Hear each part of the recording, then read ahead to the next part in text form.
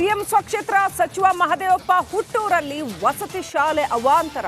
Doctor B R Ambedkar ವಸತಿ ಶಾಲೆ ಅವ್ಯವಸ್ಥೆಯ ಆಗರ ಸುದ್ದಿ ಮಾಡಿ ಒಂದೇ ಗಂಟೆಯಲ್ಲಿ ಸ್ಥಳಕ್ಕೆ ಆಗಮಿಸಿದ ಅಧಿಕಾರಿಗಳು.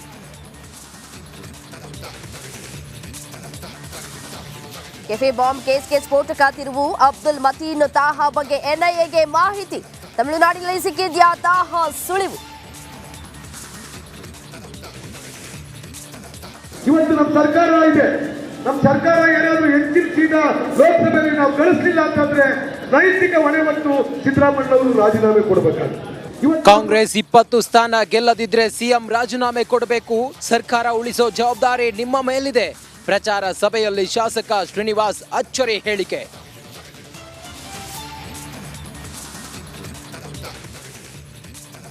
ಬಿಜೆಪಿಗೆ ಬಲ ತುಂಬುತ್ತಾರ ಗಣಿಧಣಿ. ಕೇಸರಿ ಪಕ್ಷಕ್ಕೆ ಜನಾರ್ದನ್ ರೆಡ್ಡಿ ಕರೆತರಲು ಕಸರತ್ತು. ಗೆಳೆಯನ ಪರ ರಾಮುಲು ಬ್ಯಾಟಿಂಗ್.